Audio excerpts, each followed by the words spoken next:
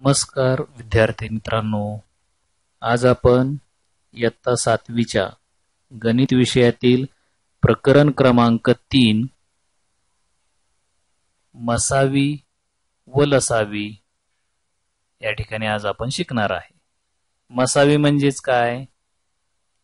इंग्रजीमध्ये त्याला HCF म्हणतात, म्हणजेच हायेस्ट कॉमन फॅक्टर, आणि LCM म्हणजेच लोवेस्ट कॉमन मल्टिपल असं आपण याला इंग्रजीमध्ये म्हणतो। मसावी म्हणजे सर्वात मोठा सामायिक विभाजक आणि लसावी म्हणजे सर्वात लहान सामायिक विभाज्य, असे या दोघांचं आपल्याला दोघांच्या बाबतीमध्ये सांगता येतं। आता यामध्ये सर्वात प्रथम आपण मूळ संख्या हा घटक शिकणार आहोत। तर मूळ संख्या म्हणजे काय? तर सर्वात प्रथम हे आपल्याला माहित पाहिजे। तर मूळ संख्या म्हणजे ज्या संख्येला फक्त एक आणि तीच संख्या असे दोनच विभाजक असतात, त्या संख्येला मूळ संख्या किंवा प्राईम नंबर्स असं म्हणतात। म्हणजे या संख्यांचे जर आपण विभाजक काढले आणि त्या संख्येला फक्त एकने आणि त्याच संख्येने भाग जात असेल, एकने आणि स्वतः त्याच संख्येने भाग जात असेल, तर त्या संख्यांना मूळ संख्या असं आपण म्हणायचं, म्हणजेच त्याला प्राईम नंबर असं आपण म्हणतो।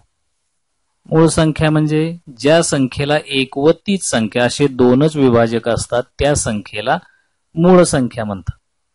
हे आपण पाहिलं। म्हणजे उदाहरणार्थ जर आपण घ्यायचं म्हटलं तर समजा उदाहरणार्थ 2 ही संख्या आपण घेतली, 2।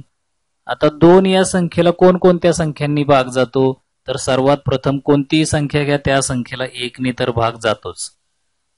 आता 2 ला 1 ने भाग जातोय, त्याचबरोबर 2 ला 2 ने सुद्धा भाग जातो। म्हणजे ज्या संख्येला 1 ने आणि स्वतः त्याच संख्येने भाग जातो, म्हणजेच या संख्येला हे दोनच विभाजक असतात, अशा संख्यांना मूळ संख्या म्हणजेच प्राईम नंबर्स असं म्हणतात। म्हणजे अजून समजा मी एक उदाहरण घेतलं की उदाहरणार्थ समजा मोठी संख्या आपण घेऊया, 41 ही संख्या आपण घेतली, तर 41 ला 41 ला कशाने भाग जातो? सर्वात प्रथम 1 ने भाग जाणारच आहे।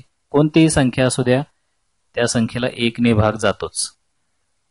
आता 41 अजून कोणत्या संख्येच्या पाड्यामध्ये आहे? तर कोणत्याच संख्येच्या पाड्यात ही संख्या नाहीये पहा, फक्त 41 ला 41 नेच भाग जातो। म्हणून 41 चे विभाजक जर आपण पाहिले तर एक आणि तीच संख्या आहे, असे दोनच विभाजक आहेत। म्हणून 41 ही संख्या सुद्धा प्राईम नंबर आहे, म्हणजेच मूळ संख्या आहे। तर मग असे याला म्हणतात मूळ संख्या। तर असे 1 ते 100 मध्ये किती मूळ संख्या आहेत या आपल्याला शोधायला सांगितल्या जातात। तर 1 ते 100 मध्ये पाहूया आपण किती मूळ संख्या आहेत की ज्या संख्यांना फक्त त्याच संख्येने भाग जातो, दुसऱ्या कोणत्याही संख्येने भाग जात नाही। त्या सर्व मूळ संख्या आपण या ठिकाणी 1 ते 100 मधल्या लिहून काढूया। पहा बरं किती संख्या झाल्या? 1 2 3 4 5 6 7 8 9 10 11 12 13 14 15 16 17 18 19 20 21 22 23 24 आणि 25 अशा या ठिकाणी आपल्याला 25 संख्या मिळाल्या 1 ते 100 मध्ये की ज्या संख्यांना फक्त त्याच संख्यांनी भाग जातो, दुसऱ्या कोणत्याही संख्येने भाग जात नाही। म्हणून या सर्व संख्यांना आपण मूळ संख्या म्हणजेच प्राईम नंबर्स असं म्हणतो। म्हणजे या संख्यांना दुसऱ्या कोणत्याही संख्येने भाग जात नाही, फक्त 1 ने आणि त्याच संख्येने भाग जातो। म्हणजे या प्रत्येक संख्येचे जर आपण विभाजक काढले तर हे दोनच विभाजक फक्त या मिळतात की तीच संख्या आणि 1 असे दोनच विभाजक मिळतात। अशा 1 ते 100 मध्ये फक्त 25 संख्या आहेत की ज्या मूळ संख्या आहेत, ज्यांना आपण मूळ संख्या म्हणू शकतो। तर मग आता या मूळ संख्येवर आधारित आपल्याला काही प्रश्न विचारले जातात की सर्वात लहान मूळ संख्या कोणती? तर सर्वात लहान मूळ संख्या आपल्याला सांगता येईल 2 ही आहे। त्यानंतर 1 ते 100 मध्ये मोठी मूळ संख्या कोणती? तर मोठी 1 ते 100 मध्ये असणारी मोठी मूळ संख्या 97 सांगता येईल, 97 सांगता येईल. त्यानंतर असा प्रश्न विचारला जातो की सर्वात लहान सम असणारी मूळ संख्या कोणती? तर सम असणारी सर्वात लहान मूळ संख्या ही 2च आहे. सर्व संख्या जर तुम्ही या ठिकाणी पाहिल्या तर सम असणारी एकच संख्या आपल्याला दिसते, बाकी सर्व संख्या या विषम आहेत. पहा, सर्व संख्या विषम आहेत. फक्त 1, 2 हीच संख्या ती मूळ आहे आणि सम सुद्धा आहे. त्यानंतर असा पण प्रश्न आपल्याला येऊ शकतो की सर्वात लहान विषम मूळ संख्या कोणती? तर सर्वात लहान विषम मूळ संख्या आपल्याला 3 ही सांगता येईल. अशा पद्धतीने मूळ संख्येवर आधारित असे वेगवेगळे प्रश्न आपल्याला विचारले जातात, तर ते आपण या ठिकाणी कायम लक्षात ठेवायचे. आता पुढचा घटक आहे की सहमूळ संख्या. आताच आपण मूळ संख्या शिकलो. आता सहमूळ संख्या म्हणजे काय? तर ज्या दोन संख्यांचा सामायिक विभाजक फक्त एक हाच असतो त्या संख्यांना सहमूळ संख्या असं म्हणतात. पहा, या ठिकाणी मूळ संख्या आपण शिकलो. आता ह्या सहमूळ संख्या. सहमूळ संख्यांमध्ये दोन संख्यांची एक जोडी असते. अशा दोन संख्यांची जोडी असते की त्या दोन संख्यांचे जर आपण विभाजक काढले तर त्या दोन संख्यांमध्ये एक विभाजक आपल्याला सामायिक मिळतो आणि तो असतो 1. म्हणजे 1ने त्या दोन्ही संख्यांना भाग जात असतो. इतर दुसऱ्या कोणत्याही संख्येने भाग जात नसतो. अशा दोन संख्यांना सहमूळ संख्यांची जोडी असं आपण म्हणतो. तर सहमूळ संख्यांची आपल्याला डेफिनेशन व्याख्या या ठिकाणी सांगता येईल की ज्या दोन संख्यांचा सामायिक विभाजक फक्त 1 हाच असतो त्या संख्यांच्या जोडीला सहमूळ संख्या असे म्हणतात. आता प्रत्यक्ष आपण उदाहरण घेऊन पाहूया की सहमूळ संख्या असतात कशा. म्हणजे 12 व 35, 12 and 35. आता या दोन संख्यांचे आपण काय करूया की विभाजक काढून पाहूया. विभाजक काढले तर आपल्याला काय दिसतंय पाहूया. विभाजक म्हणजेच काय, तर या संख्यांना कोणकोणत्या संख्यांनी भाग जातो अशा संख्या आपण शोधून काढायच्या. म्हणजे 12ला कोणकोणत्या संख्यांनी भाग जाईल. 12ला सर्वात प्रथम भाग जाईल 1ने, त्यानंतर 2ने भाग जातो, 3ने पण भाग जातो, 4ने सुद्धा भाग जातो, 6ने जातो आणि 12ने भाग जातो. त्यानंतर 35ला कोणकोणत्या संख्यांनी भाग जातोय पहा. 35ला पण 1ने भाग जाईल, त्यानंतर 5ने भाग जातो, 7ने जातो आणि 35ने भाग जातो. अशा 4 संख्यांनी 35ला भाग जातो. 12चे हे विभाजक आहे, या संख्यांनी 12ला भाग जातो. आता या दोन संख्यांच्या विभाजकांमध्ये जर आपण पाहिलं तर फक्त एक हाच अवयव आपल्याला, हाच विभाजक फक्त सामायिक दिसतो. इतर कोणतेही विभाजक आपल्याला दोघांमध्ये सामायिक दिसत नाहीत. पहा, म्हणजे इथे 2 आहे, इकडे नाहीये, इथे 3 आहे, इथे कुठे 3 दिसत नाही. हे 4, 6, 12 असे कोणते विभाजक 35 मध्ये आपल्याला दिसत नाहीत. फक्त एक हीच संख्या 12चा पण विभाजक आहे आणि 35चा पण विभाजक आहे. म्हणून आपण या ठिकाणी काय म्हणू शकतो की 12 व 35 या संख्या सहमूळ संख्या आहेत. अशा पद्धतीने आपण एका वाक्यात हे लिहू शकतो. याला म्हणायचं सहमूळ संख्या. खूप सोपा आहे पहा. आत्ताच आपण मूळ संख्या शिकलो पहा. मूळ संख्या म्हणजे ज्या संख्यांना फक्त 2च विभाजक असतात. 1 आणि तीच संख्या, असे 2च विभाजक असतात, त्यांना आपण मूळ संख्या म्हणतो. आता तसं या संयुक्त संख्या. आता संयुक्त संख्या म्हणजे काय की ज्या संख्यांचे 2 पेक्षा जास्त विभाजक असतात त्या संख्यांना संयुक्त संख्या म्हणतात. 2 पेक्षा जास्त विभाजक असतात म्हणजे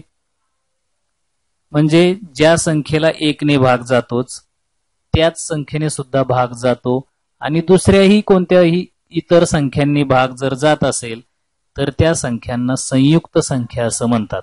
म्हणजे उदाहरणार्थ जर आपण पाहिलं तर एक उदाहरण आपण घेऊया पहा. समजा उदाहरणार्थ 4 ही संख्या मी घेतली तर 4ला कोणकोणत्या संख्यांनी भाग जातात? 4ला 1 ने भाग जातोच, 2 ने भाग जातो, त्याचबरोबर 4 ने सुद्धा भाग जातो. म्हणजे या संख्येचे विभाजक किती आहे? 2 पेक्षा जास्त आहेत. 3 विभाजक आहेत म्हणजे 2 पेक्षा जास्त आहेत आणि 2 पेक्षा जास्त जर विभाजक असतील तर त्या संख्यांना संयुक्त संख्या असं म्हणतात. अजून एक उदाहरण घ्या पहा. समजा 12 हे उदाहरण आपण घेतलं तर 12ला कोणकोणत्या संख्यांनी भाग जाईल? 12ला भाग जातो 1 ने, 2, 3, 4, 6 आणि 12. 12ला एवढ्या संख्यांनी भाग जातो पहा. म्हणजे 1 ने तर भाग जातोच आहे, 12ला 12 ने सुद्धा भाग जातोच आहे, त्याचबरोबर 12ला या दुसऱ्या संख्यांनी सुद्धा भाग जातो. म्हणून 12चे विभाजक हे 2 पेक्षा जास्त आहेत. म्हणून 12ला सुद्धा आपण संयुक्त संख्या असं म्हणू शकतो. आलं लक्षात? खूप सोपं आहे. म्हणजे अशा संयुक्त संख्या मग 100 1 ते 100 संख्यांमध्ये किती आहेत पहा. म्हणजे मूळ संख्या आपण पाहिलं होतं की 1 ते 100 मध्ये 25 मूळ संख्या आहेत आणि उरलेल्या ज्या आहेत 25 संख्या आपण जर 100 मधून वजा केल्या तर राहतात 75 संख्या. तर संयुक्त संख्या त्यापैकी किती? तर 1 ते 100 मध्ये अशा 74 संयुक्त संख्या आहेत की ज्यांचे विभाजक 2 पेक्षा जास्त आहे. आता उरली एक संख्या. एक म्हणजे कोणती? पहिला 1. आता हा जो 1 आहे तो 1 मूळही नाही आणि संयुक्तही नाही. असं का बरं? तर आपले मूळ संख्येची व्याख्या काय आहे की ज्या संख्येचे विभाजक 2 असतात त्याला आपण मूळ म्हणतो आणि ज्या संख्येचे विभाजक 2 पेक्षा जास्त असतात त्याला आपण संयुक्त संख्या म्हणतो. तर या ठिकाणी 1च्या बाबतीत जर पाहायचं झालं तर 1ला विभाजक फक्त 1च आहे. म्हणजे 1ला फक्त 1 नेच भाग जातोय.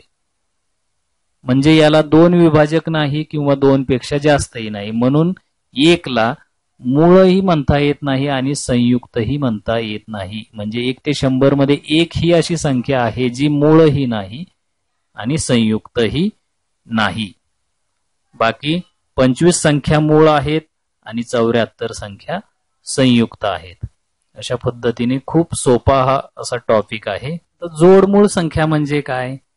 तर जोडमूळ संख्या म्हणजे ज्या 2 मूळ संख्यातील फरक 2 आहे त्या मूळ संख्यांच्या जोडीलाच जोडमूळ संख्या असे म्हणतात. म्हणजे आतापर्यंत आपण मूळ संख्या शिकलो. त्या मूळ संख्या 1 ते 100 मध्ये किती 25 मूळ संख्या आहेत हे पण आपण शिकलो.